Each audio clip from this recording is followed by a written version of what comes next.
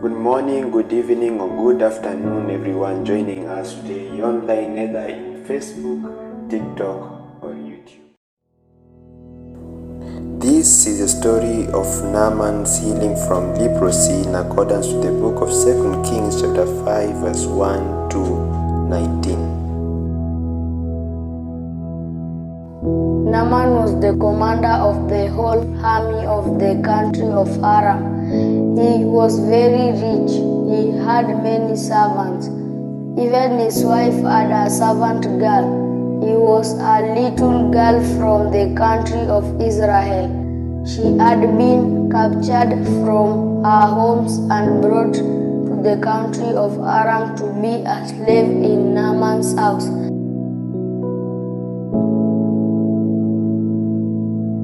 Even though Naaman was a commander of the Syrian army and also very rich, he had a very big problem. He had a very terrible disease of those times called leprosy. Leprosy was a kind of disease that could deform your skin and also make the sum of your body parts to peel off and later could lead to your death.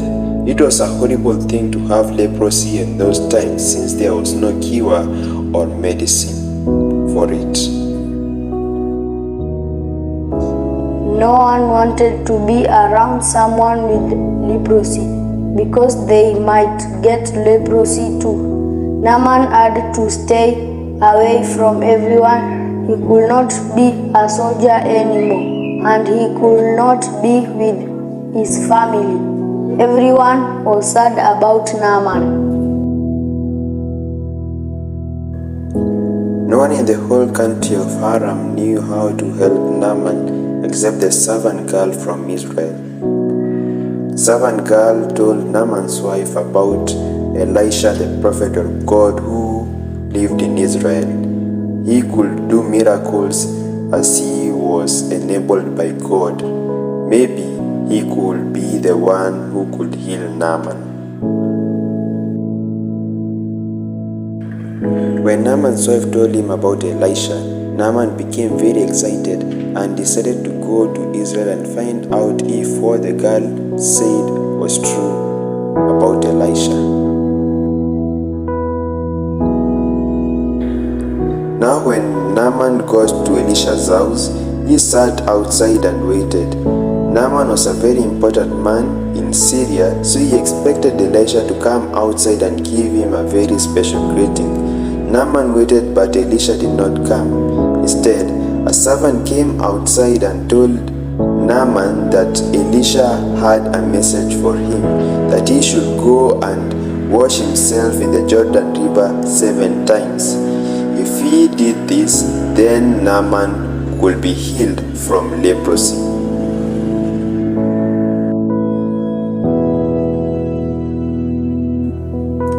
Now Naaman was very angry about this message as he claimed that the Jordan River was so dirty and he could not wash himself in that river. So he started heading back home. But one of Naaman's servants convinced him to do as Elisha had instructed him, and when Naaman decided to bathe in the Jordan River 7 times, he was healed and the leprosy went away.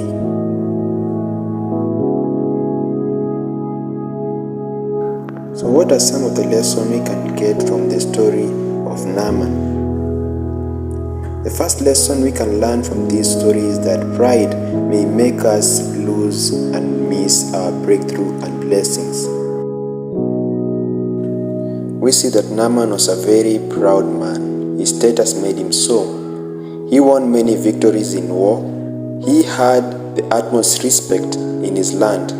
So when Elisha did not see him directly, he was not happy.